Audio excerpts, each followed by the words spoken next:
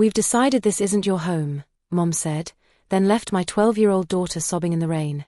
The buzz of my pager cuts through the chaos of Northwestern Memorial's ER like a knife. "We're drowning in trauma cases. A 5-car pileup on the Kennedy Expressway has turned our department into organized chaos." But when my phone starts vibrating against my hip with that specific, insistent rhythm, my stomach drops. Nobody calls during a shift like this unless it's an emergency. I slip into the medication room, yanking off gloves stained with someone else's blood.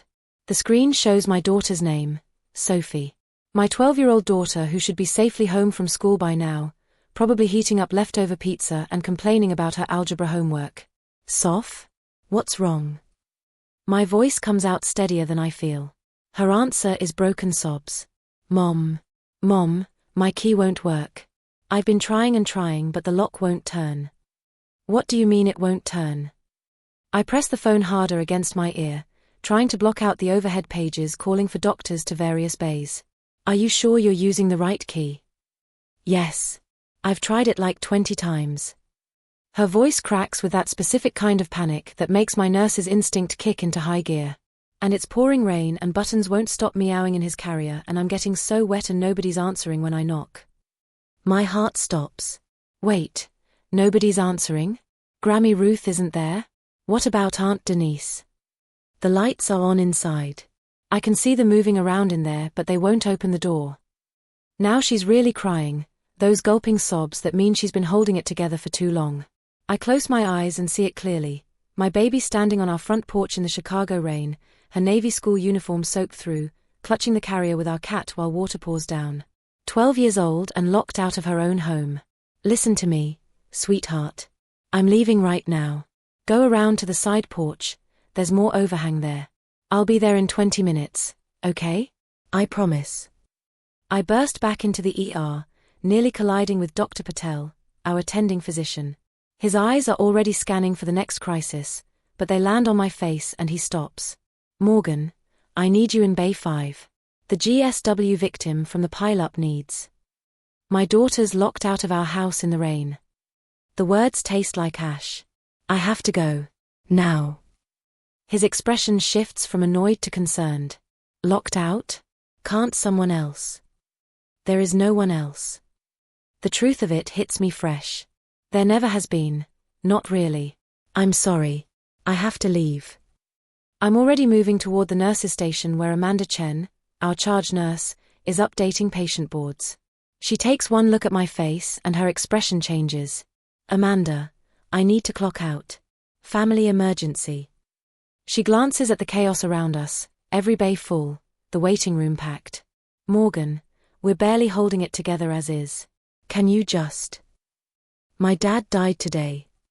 The lie comes out smooth as glass, born from desperation and the certain knowledge that my actual emergency won't be enough. "I just got the call." Her face goes pale. "Oh my God. Go. Just go." The drive from Streeterville to our house in Oak Park takes forever in the downpour. My wipers can barely keep up with the rain hammering my Subaru Outback. Through the gray curtain of water, I finally spot Sophie's small shape huddled under our side porch. Her dark hair is plastered to her skull. Even from here, I can see her whole body shaking. I leave the engine running and sprint through the deluge. In seconds, my scrubs are drenched, cold water finding every gap in the fabric. "Baby, I'm here. I've got you." I pull her against me and feel her collapse into my arms, all that 12-year-old dignity dissolving into relieved sobs. "Why doesn't my key work, Mom? Why won't they let me in?" "I don't know, honey. But let's try mine, okay?" We move to the front door together. Through the living room window, I catch movement, the curtains shifting slightly. Someone's definitely home. My key slides into the lock but won't turn, exactly like Sophie described. The bolt has been changed. I pound on the door with my fist. "Hello? Ruth? Denise? Open this door right now." The door swings open so fast I almost stumble forward. My mother stands there, wineglass in hand, her silver blonde hair styled in that perfect bob she's maintained for 30 years. Behind her, my half-sister Denise leans against the hallway table, swirling her own glass of Cabernet. "Well," Ruth says, taking a deliberate sip, "you made good time. I thought you'd be stuck at the hospital for hours." What's going on? I try to push Sophie past her, into the warmth of the house. Why did you change the locks? Ruth doesn't budge. Her 58-year-old frame blocks the doorway with surprising effectiveness. We've been discussing things, Denise and I. We've decided you and Sophie don't live here anymore. The words don't compute. They're English, I understand each one individually, but together they form something impossible. What are you talking about? This is our home. We live here. Not anymore. Denise steps forward, and there's something almost gleeful in her eyes. She gestures toward the street with her wine glass. Your stuff's out by the curb. Well, what's left of it? This rain's been pretty brutal. I follow her gesture with growing horror. There, piled at the curb, are cardboard boxes rapidly disintegrating in the downpour. I can see clothes spilling out, books swelling with water. My medical journals. Sophie's science fair project from last month. Our lives dissolving into soggy pulp. Buttons lets out another pitiful yowl from his carrier. The sound cuts through everything else. Something cold and hard settles behind my ribs. I look at Ruth, at the woman who gave birth to me, who I moved back home to help 3 years ago when Dad got his diagnosis. The woman I've supported, cooked for, cleaned up after while working 50-hour weeks at the hospital. I search her face for something familiar and find nothing but cold satisfaction. Understood, I hear myself say. My voice sounds strange, distant. Denise's eyebrows shoot up. She was expecting screaming, maybe begging. Not this quiet acceptance. I turn to Sophie. Come on, sweetie. Let's get our things loaded up. We walk back into the rain. Sophie is shaking, but she's not crying anymore. She's got her jaw set in that stubborn way she inherited from me. We start gathering what we can salvage from the soaked boxes. A framed photo of Sophie and her grandfather, the glass cracked but the picture intact. Some clothes that might dry out. Books that will never be the same. Ruth calls from the porch, "Your father spoiled you, Morgan. This house was always mine. He just let you think otherwise." I notice curtains twitching in windows across the street. Mrs. Kowalski with her hand over her mouth. The Brennans whispering behind their front window. Our neighbors watching the spectacle like it's some kind of reality show. I walk back to the porch one final time, rain streaming down my face. We'll be at the Hampton Inn on North Avenue. Forward our mail there. Sophie grabs my scrub top with wet fingers. But Grandpa's books are still inside. His medical books he was going to give me for high school. Her voice finally breaks, and it nearly breaks me too. I squeeze her shoulder and look directly into Ruth's eyes. Trust me, honey. This isn't over. Something flickers across my mother's face. Surprise, maybe, that I'm not crumbling the way I always have before. Behind her, Denise refills her wine glass, but her hand isn't quite steady anymore. As we pull away in the Subaru, I catch one last glimpse of Ruth in the rearview mirror. She's still standing on that porch, backlit by the warm lights of our house. And suddenly I see what's always been there but I've been too blind to acknowledge. Not maternal love, but resentment. Resentment of the relationship I had with Dad. The connection she never managed to build. The rain drums steadily on the roof. Beside me, Sophie cradles Button's carrier, whispering reassurances to the cat. Ahead of us, nothing but uncertainty and a budget hotel room. But for the first time in 3 years, I feel something unexpected unfurling in my chest. It takes me a moment to recognize it. Freedom. The Hampton Inn room looks like a disaster zone the next morning. Soggy cardboard boxes create islands across the industrial carpet. Sophie's school uniform hangs over the shower rod, still dripping despite 12 hours of air drying. Buttons has wedged himself under the TV stand and refuses to emerge, his grey fur matted and damp. I've spread every salvaged possession across the beds like I'm cataloguing evidence at a crime scene. My nursing textbooks with pages swollen to twice their normal thickness. Sophie's English essays bleeding into blue pools of ink. A family photo where Dad's face has blurred into an impressionist painting. My hands shake as I dial the number I found online last night. Law offices of Daniel Berkowitz. This is Morgan Hayes, I say, gripping the phone. I need to speak with Daniel immediately. It's about my father's estate. I'm sorry, Ms. Hayes, but Mr. Berkowitz is with a client until. Tell him it's Thomas Hayes' daughter. Tell him my mother just locked me and my 12-year-old out of our house and dumped our belongings in the rain. There's a sharp intake of breath. Hold please. Daniel's voice comes through moments later, urgent. Morgan? What the hell happened? I explain everything in the same detached tone I use for patient reports. Changed locks. Possessions on the curb. The rain. Just facts. No emotion. That's impossible. Daniel interrupts, and I can hear papers rustling. Morgan, your father transferred the house into a trust for you and Sophie 8 months ago. Your mother has no legal right to be there, let alone lock you out. The room tilts. What are you talking about? Tom put the house in an irrevocable trust with you as primary beneficiary and Sophie as secondary. Ruth has no claim whatsoever. Didn't he tell you? No. My voice comes out as a whisper. He never said a word. There's a letter. He made me promise not to mention any of this unless it became necessary. Daniel pauses. I'd say being locked out qualifies. Sophie emerges from the bathroom, her hair wrapped in one of the hotel's thin towels. She watches me with those eyes that have seen too much for 12 years old. I'm coming to your office, I tell Daniel. Right now.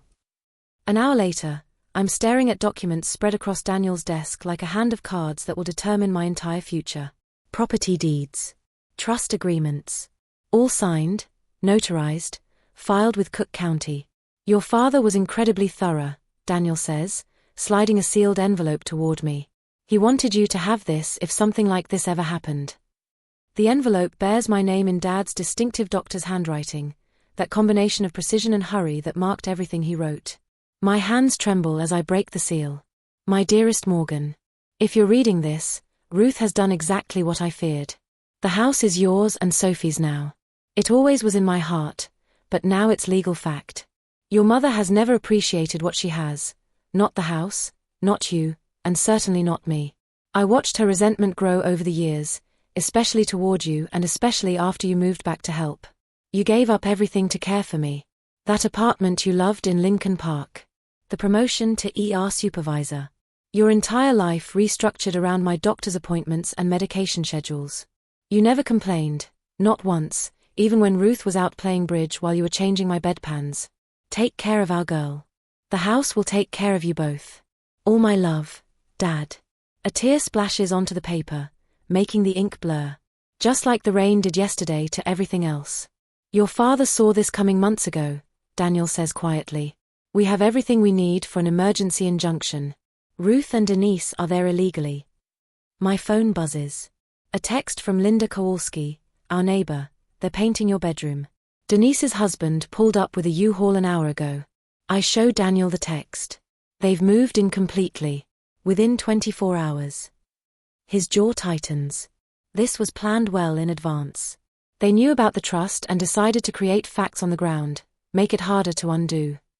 What can they do to fight this? The nurse in me needs to understand the full diagnosis before treatment. Ruth is your mother. She'll claim you abandoned your father, that you're unstable, maybe even an unfit parent. Daniel hesitates. Denise actually called me this morning. Said she's concerned about your mental state after your father's death. Said you've been erratic. Erratic. The word tastes bitter. I worked 14-hour shifts, then came home to manage every aspect of Dad's care. That's not erratic, that's exhausting. Another text. Denise's twin boys are jumping on Sophie's bed. I can see them through the window. Something shifts in my chest. I stand and walk to Daniel's window overlooking the Chicago River. My hospital ID badge hangs around my neck. The laminated photo shows a woman in navy scrubs, ready to save lives at a moment's notice. I save strangers every day, I say to my reflection. It's time I saved us. Behind me, Sophie looks up from the box of water-damaged books she's been sorting. There's something new in her expression. Hope, maybe, or determination. This isn't about revenge, I tell Daniel, turning back to face him. It's about justice. And I'm ready to fight. I make 3 decisions in rapid succession, the way I triage patients in the ER when ambulances are lined up outside. First, I'm calling in FMLA for the next week. I need time to build our case. Second, we're documenting everything. Third, I'm gathering witnesses. Daniel nods approvingly. I'll file for emergency possession. Your father left everything prepared, Morgan. He knew this might happen. Back at the hotel, Dr. Jennifer Wu is waiting in the lobby with 2 suitcases. Clean scrubs, regular clothes, and actual shampoo instead of those useless hotel bottles, she says simply, handing them over. I haven't cried since finding Dad's body 3 weeks ago, but Jennifer's kindness nearly breaks me. We worked together for 7 years in the ER. She knows what I sacrificed. Sophie's teacher, Ms. Thompson, arrives an hour later with schoolwork and something more valuable, written documentation.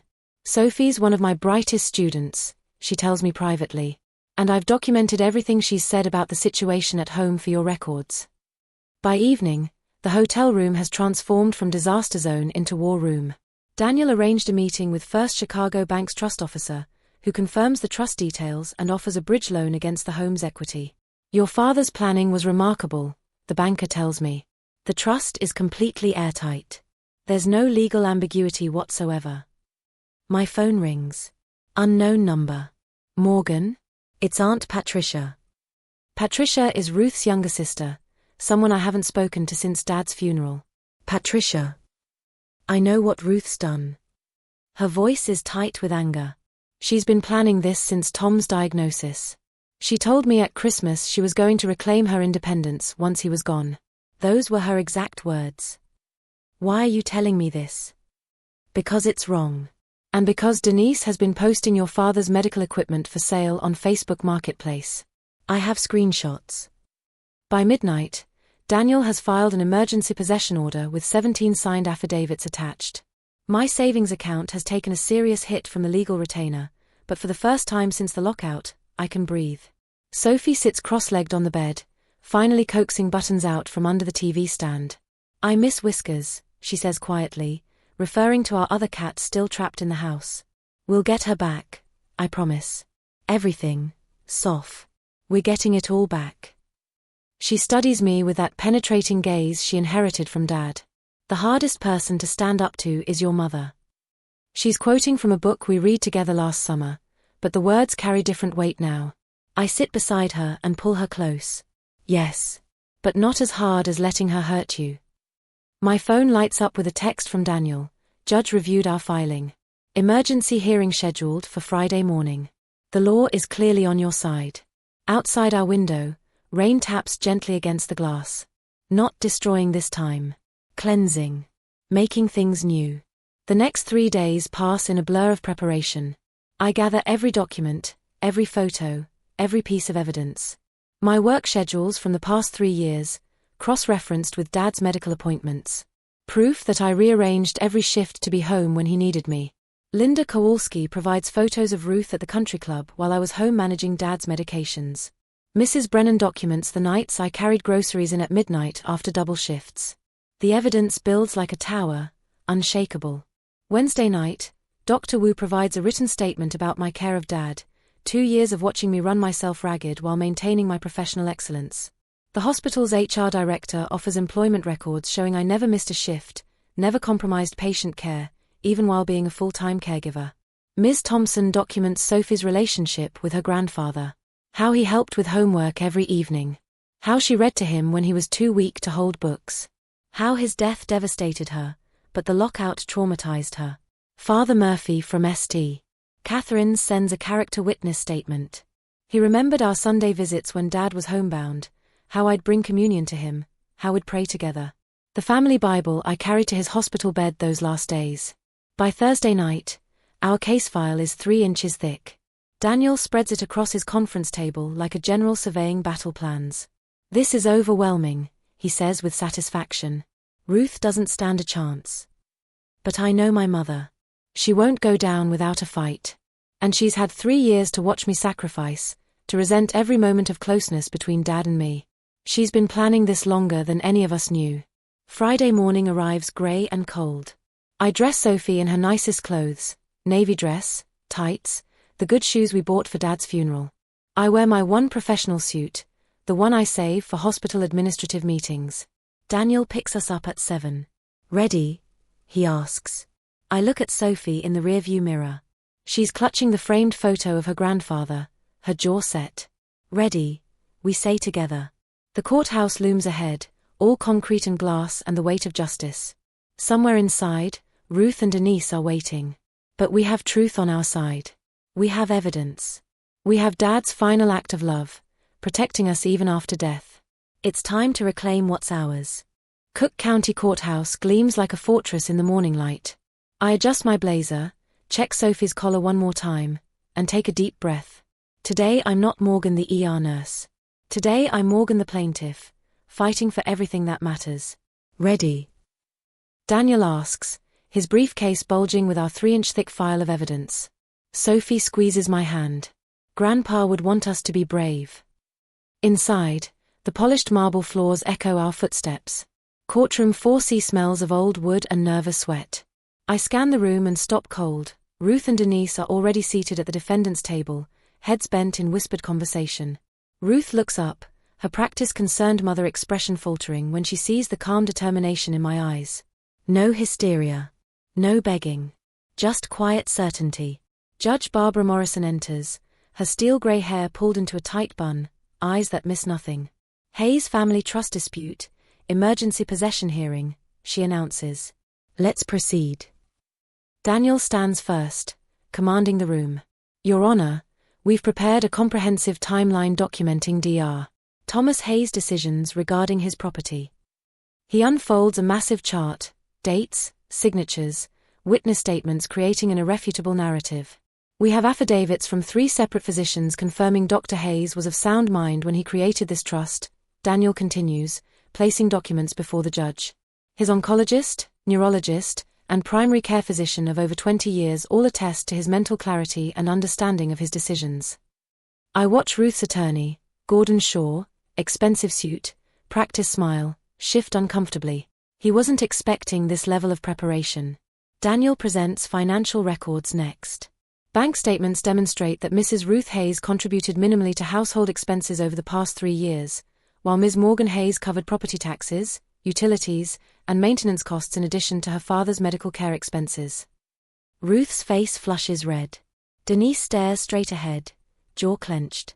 Additionally, Your Honor, Daniel taps his tablet, we have video testimony from attorney James Foster, who prepared the original trust documents. The courtroom screen flickers to life. Dad's attorney appears, white-haired, dignified, speaking with absolute clarity. Dr. Hayes was explicit in his wishes. The property was to transfer to his daughter Morgan and granddaughter Sophie's trust upon his death. He expressed concerns that Mrs. Hayes might attempt to circumvent his intentions. He used those exact words, circumvent my intentions. Ruth gasps audibly. I keep my expression neutral, though my heart is pounding. Our final witness approaches, Ms. Thompson, Sophie's teacher, professional and unshakable. Sophie has exhibited significant distress since being forcibly removed from her home, she testifies. Nightmares, anxiety, declining grades. The stability of her home environment was critical following her grandfather's death. Being locked out in the rain was deeply traumatic. Sophie's hand trembles in mine under the table. I squeeze it gently. She's being so brave. Judge Morrison nods, making notes. Let's hear from the respondents. Gordon Shaw rises, his smile firmly in place. Your Honor, this situation stems from a tragic misunderstanding. Mrs. Hayes had every intention of allowing her daughter and granddaughter to remain in the family home. Ruth produces a handkerchief, dabbing at dry eyes. I cared for my husband throughout his illness, she claims, voice quavering perfectly. Throughout our entire marriage. Morgan was rarely home, always at the hospital. I was the one there day after day. My fingernails dig into my palms. The lie is so blatant it steals my breath. I was there. Every single day. Managing medications, coordinating care, sitting with him through the worst nights while Ruth played bridge or went to book club. Denise approaches next with her phone. Here's our family at Christmas, she says, showing carefully curated photos. And here's Mom helping Dad with his medications. One photo. One single moment captured for Facebook. Meanwhile, I have hundreds of unphotographed moments, 3 a.m. medication calls, vomit cleanup, the day I held his hand for 6 straight hours when the pain was unbearable. Their attorney paints me as neglectful, absent, using my job as an excuse to avoid family responsibility. People from Ruth's church testify that I was rarely present at Sunday services. What they don't mention is that I was home with Dad, who was too weak to attend. The lockout was unfortunate, Shaw concludes, but it was tough love. Morgan has become increasingly dependent at her age. Mrs. Hayes was trying to encourage independence. Judge Morrison's expression reveals nothing as she makes notes. For one terrible moment, I see doubt flicker in her eyes. They're good. Ruth and Shaw are very good at this. Then it's my turn. I stand slowly, channeling every ounce of professional composure I've developed in the ER. Your Honor, I moved home 3 years ago specifically to care for my father during his terminal illness. I coordinated every hospital shift around his care needs. Daniel presents my work schedules alongside Dad's treatment calendar, a color-coded masterpiece showing how I structured my entire life around being present when Dad needed me. The courtroom door opens quietly. A familiar face slips in, Patricia, Ruth's sister, who I haven't seen since the funeral. Ruth's face goes white. Your Honor, Daniel announces, Ms. Patricia Hayes has requested to provide testimony. Patricia walks forward with determination. I visited my brother-in-law weekly during his illness. On numerous occasions, I found him alone while Ruth was at social events. It was always Morgan who managed his medications, prepared his meals, ensured his comfort and dignity. Ruth half rises before Shaw pulls her back down. Daniel produces a sealed envelope with something like triumph. Your Honor, Dr. Hayes anticipated potential disputes. He prepared this letter specifically for court proceedings. Judge Morrison breaks the seal and reads silently. Her eyebrows rise. She reads it twice, and I see her expression shift. Sophie, the judge says gently, would you like to say something? Sophie stands, small but steady in her navy dress. She walks to the witness stand like she's walking to the principal's office, scared but determined. My grandpa taught me chess every Sunday afternoon in his study, she begins, voice clear. Even when he was really sick. He told me the house would always be there for Mom and me, that he'd made sure of it. He said. She pauses, swallowing hard. He said Grandma didn't appreciate what she had. He wanted us to be safe. Tears build in my eyes, but I blink them back. Dignity, not drama. I just want to go home, Sophie finishes simply. The judge studies Dad's letter again, then looks at Ruth with something like disappointment. Mrs. Hayes, these medical records indicate you attended only 4 of your husband's 32 oncology appointments. Is that correct? Ruth stammers, searching for an explanation that won't sound as terrible as the truth. Shaw tries to object, but Judge Morrison silences him with a look. I'm granting temporary possession of the property to Morgan Hayes and Sophie Hayes, effective immediately, the judge announces. Final hearing in 3 weeks. Sheriff's Department will facilitate the transfer today by 5 p.m. Ruth collapses back in her chair. Outside the courtroom, Shaw approaches Daniel. We should discuss settlement terms. I shake my head firmly. We're past negotiation. In the hallway, Denise and her husband argue loudly. You said this would be easy, he snaps. Now where are we supposed to live? Sophie looks up at me with cautious hope. Is it really over? Almost, I tell her, keys already in my hand. We're going home. 3 weeks later, spring rain falls gently against the kitchen windows. Not the violent downpour of that terrible night, but soft, cleansing rain that makes the garden sparkle. I stand at Dad's study window, watching droplets track down the glass, remembering how Sophie and I stood on that porch, soaked and locked out.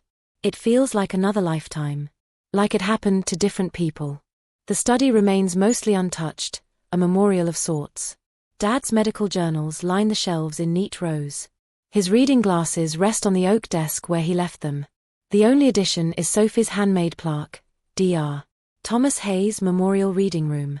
I sit in his leather chair sometimes, breathing in what's left of him, old books and the faint cedar smell of his cologne. Not because I have to, but because I want to remember. The good parts, before the illness. Before everything fell apart. Sophie's garden flourishes in the backyard, despite it being barely April. She calls it her peace project, rows of early tulips and daffodils, each one marked with careful handwriting on painted rocks. She tends it every day after school with a dedication that mirrors her grandfather's approach to everything he loved. The promotion letter from Northwestern Memorial sits framed on my desk, Senior Nursing Supervisor, Emergency Services. Dr. Wu practically forced me to accept it. Your father would be so proud, she'd said, squeezing my shoulder. You've more than earned this. I'd cried then, the first real tears since that awful night. Not from sadness, but from the overwhelming weight of it all, the fight, the victory, the grief, the relief all crashing together. The new security system hums quietly throughout the house. 8 cameras, motion sensors, reinforced locks on every door. Not because I'm paranoid, but because I'll never be vulnerable like that again. Never again will someone have the power to lock me out of my own life. Mom. Sophie calls from the front porch. Come watch the rain with me. I pour 2 mugs of hot chocolate and join her. We sit in matching wicker chairs, just like we used to with Dad before the cancer took over. The rain falls steadily, turning our lawn into a glistening emerald canvas. It's raining just like that day, Sophie says softly, hands wrapped around her mug. She's grown 2 inches these past months, her face losing its little girl roundness. The trauma aged her, but the healing has given her strength I never had at 12. Yeah, I say, watching water sheet off the new porch roof I had installed. Same rain, different meaning. Sophie rocks gently, tracking individual raindrops. This is our home now. Really ours. It always was, I tell her, squeezing her shoulder. Grandpa made sure of that. The final hearing had been anticlimactic. Ruth and Denise never showed up. Shaw appeared alone to formally withdraw their contest. The house, the trust, everything confirmed as legally ours. Ruth had moved to Arizona to live with her sister Patricia, who'd made it clear she was welcome only if she got therapy. Denise found an apartment in Naperville with her husband and boys. I haven't spoken to either of them since that day in court. They sent emails, Ruth's full of justifications and martyrdom, Denise's laced with blame. I read them once, filed them away, and moved on, choosing peace over the exhaustion of endless conflict. Later, I sit at the kitchen table with my journal. Therapy homework, technically, but it's become more than that. Tonight's prompt: how has your definition of strength changed?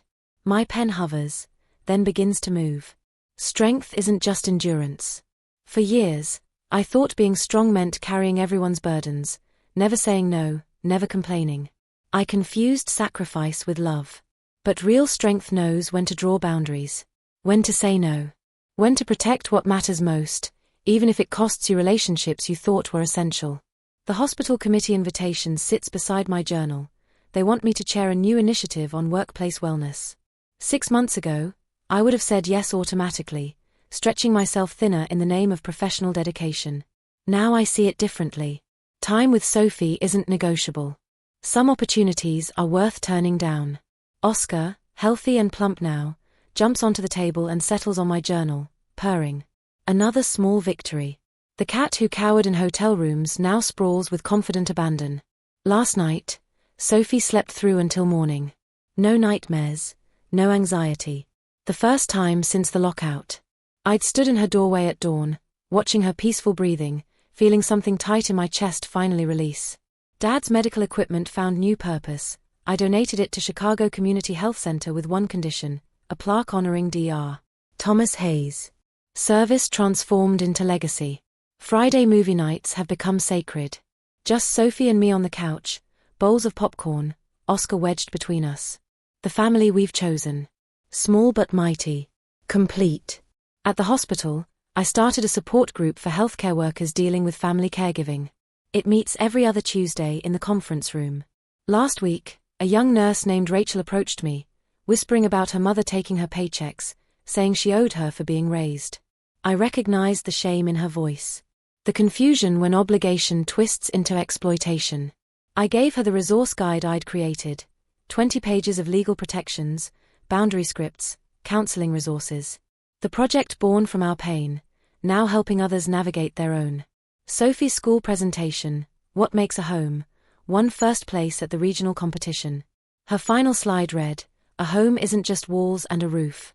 It's a place where you're safe to be yourself, where people protect you instead of using you, where love doesn't demand you sacrifice your own well-being." The spare bedroom that once collected dust now hosts a rotating cast of traveling nurses from the hospital, colleagues who need a place to crash between assignments. Paying forward the kindness we received. Circles completing themselves. Patricia calls every Sunday now. Tentative but genuine conversations about her regrets, her efforts to understand Ruth's bitterness. She apologized for not intervening sooner. "I should have seen it," she said last week. "The way she resented you and Tom. The jealousy. I'm sorry I didn't speak up until it was nearly too late." I told her the truth. You spoke up when it mattered most. The rain intensifies as evening deepens. Sophie brings her sketchbook to the porch, capturing the glistening garden in watercolors, blues and purples and grays that somehow feel hopeful. I watch her work, struck by how confidently she moves the brush now. No hesitation. No second guessing. Wind stirs the chimes hanging from the eave, the ones Sophie and I made from Dad's old hospital identification badges and medical alert tags. They catch the porch light, sending gentle music into the damp air. A symphony of survival. Some storms wash things away, I say, watching raindrops catch in Sophie's dark hair. Others help things grow. Sophie looks up, brush mid-stroke. "I like this storm better." The security light flickers on as dusk settles, illuminating the mailbox at the end of our driveway. Sophie painted it last month, bright yellow with purple flowers, her grandmother's traditional conservative beige completely covered. A small rebellion that felt enormous. Inside, my phone buzzes with a text from Dr. Wu. "Dinner next week? Want to celebrate your 6-month supervisor anniversary." 6 months. Half a year since I stopped being the person who said yes to everything, who sacrificed her own oxygen mask to help everyone else breathe. Half a year since I learned that self-preservation isn't selfish, it's survival. I text back, "Yes. But only if we don't talk about work. I'm learning this thing called balance." Her response is immediate. "Who are you and what have you done with Morgan?" Followed by 3 laughing emojis and a heart. Sophie closes her sketchbook as the rain softens to a gentle mist. "Mom? Can I ask you something?" "Always." "Do you think Grandma will ever apologize? Like, really apologize?" I consider lying, giving her the comfortable answer. But Sophie deserves truth, even uncomfortable truth. "I don't know, honey. Some people can't admit when they're wrong. It would require them to see themselves differently, and that's harder than admitting they hurt someone else." "That's sad," Sophie says quietly. "It is. But it's not our sadness to carry." She thinks about this, then nods slowly. At 12, she understands things I didn't grasp until I was 35. Sometimes I mourn the innocence the lockout stole from her. Other times, I see the strength it gave her and feel something closer to gratitude, however complicated. "I wrote Grandpa a letter," Sophie says suddenly. "Ms. Thompson said it might help. To tell him things." "What did you say?" "That I miss him. That I'm taking care of Mom like he asked. That the garden is growing really well." She pauses, voice dropping. "And that I understand now why he gave us the house. Because real love protects people, even after you're gone." My throat tightens. I pull her close, breathing in the strawberry scent of her shampoo. "He'd be so proud of you, Soph. So incredibly proud. He'd be proud of you too. For fighting back." We sit in comfortable silence as the mist turns to drizzle, then stops altogether. The clouds part enough for a few stars to appear, just pinpricks at first, then more, until the sky is scattered with light. "Look," Sophie whispers, pointing. "Grandpa's favorite constellation. Orion." We used to sit out here with Dad on clear nights, him teaching Sophie the stars while I brought blankets and hot chocolate. He'd point out Orion's belt, explaining how ancient sailors used it to navigate home. "Finding your way back isn't about the stars," he told Sophie once. "It's about knowing where home is in your heart. If you know that, you'll always find your way." I understand now what he meant. Home isn't just this house, these walls, this address. Home is safety. Home is the ability to lock the doors and know they'll stay locked unless you open them. Home is going to sleep without wondering if you'll wake up to chaos. Home is choosing who gets to stay. My laptop sits open on the porch table, showing the email I drafted earlier. An invitation to Ruth and Denise, not for reconciliation, but for acknowledgement. If you're ever ready to genuinely apologize, to acknowledge the harm caused and take real responsibility without justifications, I'm willing to listen. But I'm no longer interested in pretending everything's fine when it isn't. The relationship you want requires honesty you haven't been willing to give. The door isn't locked, but there are terms for entry now. Terms that include respect, boundaries, and truth. I haven't sent it yet. Maybe I will, maybe I won't. The power is in having the choice, not in making it. Ready to go inside. I ask Sophie as the temperature drops. 1 more minute. She's staring at our house, at the warm lights glowing in every window, the security cameras blinking their steady red reassurance, the mailbox she painted, the garden she planted. I just want to look at it. Really see it. So we look together. At the home Dad protected. At the life we rebuilt from rain-soaked boxes and hotel rooms. At the future we claimed back from people who tried to steal it. The house isn't the same as it was before. We repainted most rooms. Sophie chose the colors, bright teals and sunny yellows that Dad would have loved but Ruth always vetoed as too bold. We rearranged furniture, created new traditions, made the space ours in ways it never was before. Some of Dad's colleagues donated books to his memorial library. The study now hosts a monthly book club for medical students, Dad's legacy of teaching continuing in a new form. Sophie serves lemonade and cookies, playing hostess with a grace that makes my heart ache. The dining room table where we ate countless silent meals with Ruth now hosts loud, laughing dinners with Dr. Wu, Daniel and his wife, Linda Kowalski from across the street, and Sophie's friends. Life and noise and joy filling spaces that were quiet for too long. Okay, Sophie says finally. Now I'm ready. We gather our mugs and head inside, Oscar trotting after us. I lock the door behind us, the new, secure locks that only we have keys to. The sound of the bolt sliding home is the sweetest sound I know. In the kitchen, Sophie starts her homework at the table while I prep dinner. Normal, domestic, peaceful. The kind of evening I used to dream about during those hotel weeks when normal felt impossible. My phone buzzes one more time. A text from an unknown number. This is Rachel from the support group. Used your boundary scripts with my mom today. It worked. Thank you for showing me it's possible. I smile, typing back, proud of you. Remember, you're not responsible for managing other people's emotions. You're only responsible for your own integrity. The response is immediate. I'm taping that to my mirror. Sophie looks up from her math homework. Good day. Yeah, honey. A really good day. And it is. Despite the rain, despite the memories, despite everything we survived to get here. Maybe even because of all of it. The storm didn't destroy us. It washed away what was false and left what was real. Outside, the last of the rain clouds drift away, leaving the sky clear and star-filled. Inside, we're warm and safe and home. Really, truly home. Not because of walls or a legal trust or a judge's ruling, though those things matter. But because we finally understand what Dad knew all along, that home is what you protect, and who you protect it with, and the courage it takes to say no to people who try to take it from you. The rain will come again. Storms always do. But next time, we'll be ready. With doors that lock from the inside, keys that belong only to us, and the unshakable knowledge that we deserve to be safe. That's not just survival. That's freedom. And it feels like coming home. 3 months later, Ruth sent a brief email. Not an apology, but an acknowledgement. I handled things poorly. I let my resentment cloud my judgment. I don't expect forgiveness. I didn't respond immediately. Maybe someday I will. Maybe someday she'll be ready for the real conversation, the one that requires her to sit with her own discomfort instead of demanding I manage it for her. Until then, Sophie and I are building a life that doesn't revolve around fixing other people's brokenness. We're building something better. We're building home.